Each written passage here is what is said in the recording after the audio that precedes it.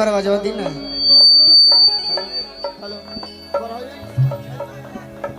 पुनीत भैया नहीं खिलो कहा बनी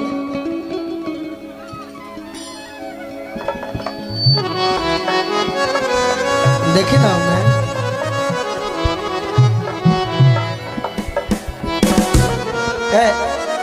तू लोग लाइन लेवे ना नु आवे कहला पीला चैनल बा चैनल हेलो हेलो ना मिली तो हेने ना आ जा हेने आ जा ना मिली तो ना ना किशनबा निशा जी हेलो हाँ जी हेलो कि कार्यक्रम विगत कई वर्षों से चलता आ रहा है जी जी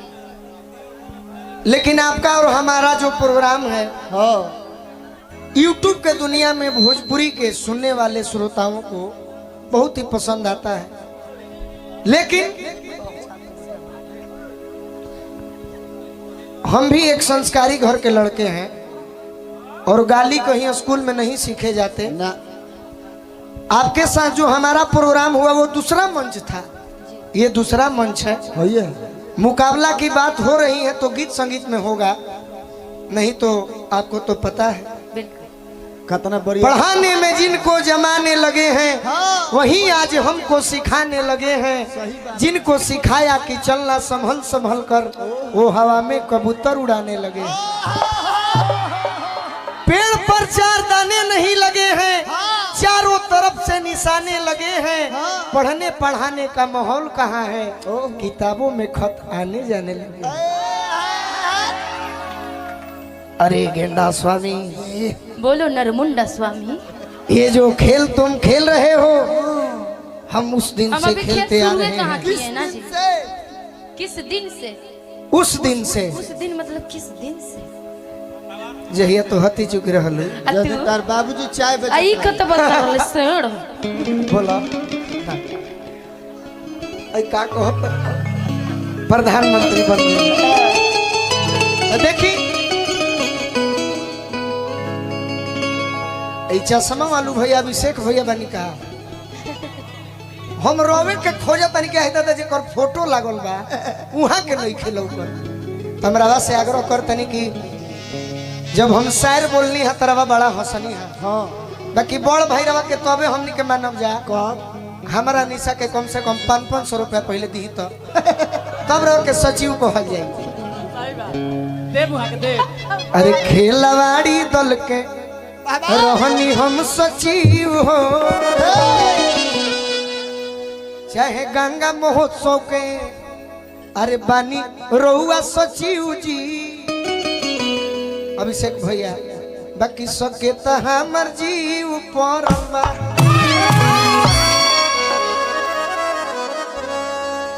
एह से नीमन रहे अरे नैहरे के घीव हो बाकी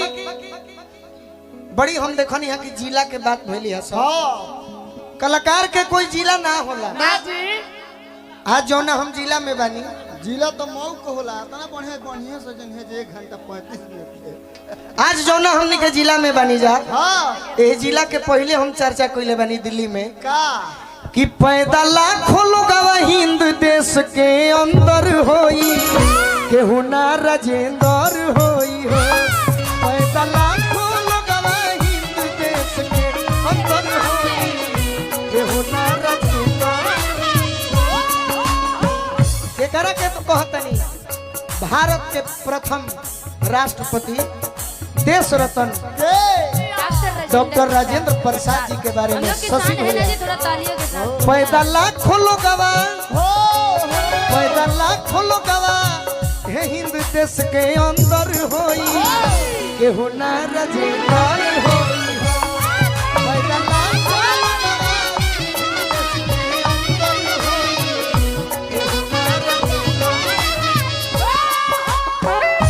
एक सेकंड अभिषेक भैया और हमारे शशि भैया की ओर से हजारों हजारों रुपए पुरस्कार देखिए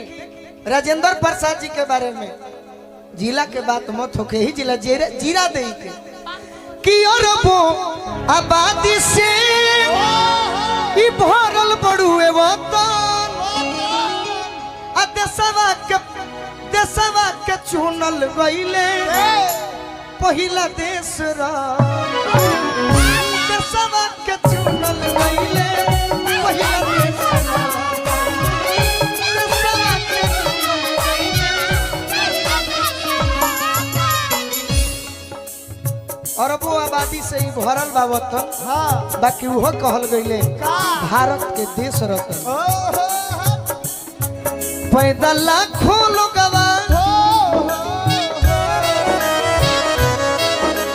पैदा लाखों लोगवा हिंद देश के अंदर होई अंदर होई पैदा लाखों लोगवा। अरे अपने दीवान की बात है, थोड़ा तालियां तो बजा दीजिए। डॉक्टर राजेंद्र प्रसाद की बात है। गलती अगर सही बात लागल तो एगो ताली बजा दे। जिला के का बात करे के बाजी जे जिला के शान बा ओकर बात होखे। छपरा में भिखारी ठाकुर